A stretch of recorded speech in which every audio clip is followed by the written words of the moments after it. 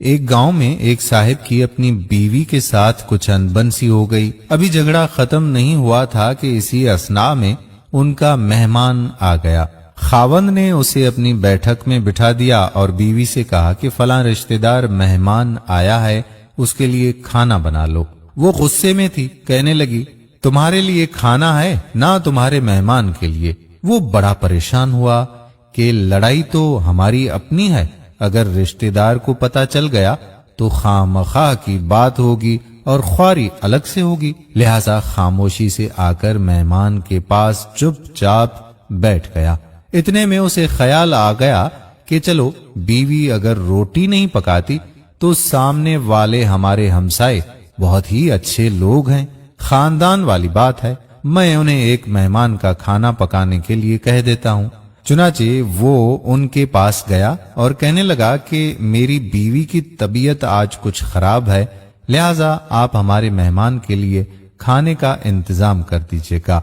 उन्होंने कहा बहुत अच्छा, जितने आदमियों का कहें खाना बना देते हैं। वो मुतमईन होकर मेहमान के पास आकर बैठ गया कि मेहमान को कम से कम खाना तो मिल जाएगा, जिससे मेरी इज्जत भी बच जाएगी। थोड़ी देर के बाद मेहमान ने कहा कि जरा ठंडा पानी तो ला दीजिएगा। वो उठा कि घड़े का ठंडा पानी लाता हूँ। अंदर गया तो देखा कि बीवी साहिबा तो जारों कतार रो रही है। वो बड़ा हैरान हुआ कि ये शेरनी और इसके आंसू।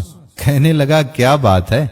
उसने पहले से भी ज्यादा रोना शुरू कर दिया। कहने लगी बस मुझे माफ कर दें। वो भी समझ गया कि कोई वजह जरूर बनी है। उसके खावंद ने कहा कि बताओ तो सही, आखिर तुम्हारे रोने की वजह क्या है?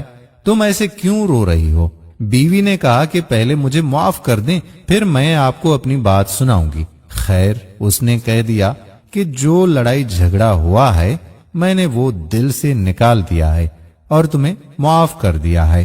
कहने लगी कि जब आपने आकर मेहमान के बारे में बताया और मैंने कह दिया कि ना तुम्हारे लिए कुछ पकेगा और ना ही तुम्हारे मेहमान के लिए कुछ पकेगा, चलो छुट्टी करो, तो आप चले गए। मगर मैंने दिल में सोचा कि लड़ाई तो मेरी और आपकी है और ये मेहमान रिश्तेदार है, हमें उसके सामने ये पोल नहीं खोलना चाहिए। चुनाचे मैं उठी कि खाना बनाती हूँ। जब मैं बावर्ची खाने में गई तो मैंने देखा कि जिस बोरी में हमारा आटा पड़ा होता है, एक सफेद रीश आदमी उस बोरी में से आटा निकाल रहा है।